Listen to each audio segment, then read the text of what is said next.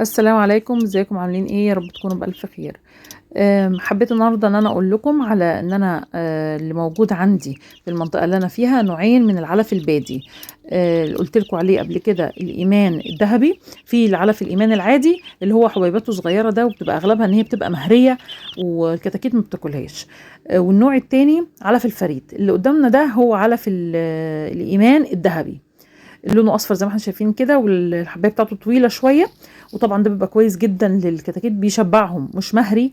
لان طبعا الحلف المهري ده الكتاكيت بتاكل الحبيبات اللي فيه، والحاجات المهريه دي اللي ما بنستفدش بيها، فيبقى تهدير في العلف. نوع العلف ده انا حسيت ان الفراخ كانت مقبله عليه افضل من اي نوع علف تاني.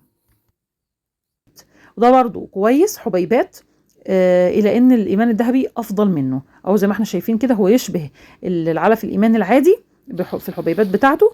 برضو في نسبة ان هو مهري شوية، لكنه افضل من علف الايمان العادي، وده اسمه علف الفريد.